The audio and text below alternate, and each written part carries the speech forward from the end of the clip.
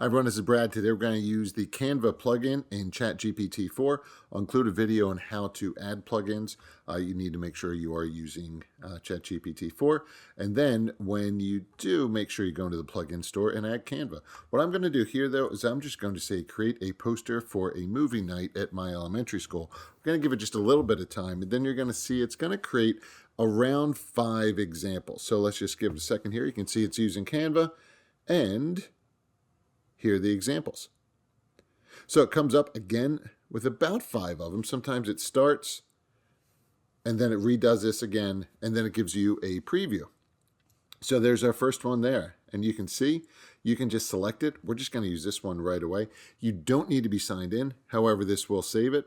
So you could go ahead in, and just like in Canva, you can go ahead and edit what is needed. And again, you can go through styles and templates and all those types of things and change the way that the text looks. I'll go back for a second just to show you the other examples, which of course you can go ahead through and adjust as you would like to. Now, the next one, I'm going to show you how to make a little video. Okay, let's pretend we want to go ahead in and have an Instagram reel for a launch of a new website or for whatever it is you would like to share, but you want it in video form. Well, Canva can still do that as well. Let's take a look at a few of these. Okay, so I created this one here. If you want to go ahead in and see it, just go ahead and select it. When you want to see it, again, this one's about 5 seconds long. You can see, here it is. You can go ahead in, edit what you like, but you can see if you like that one.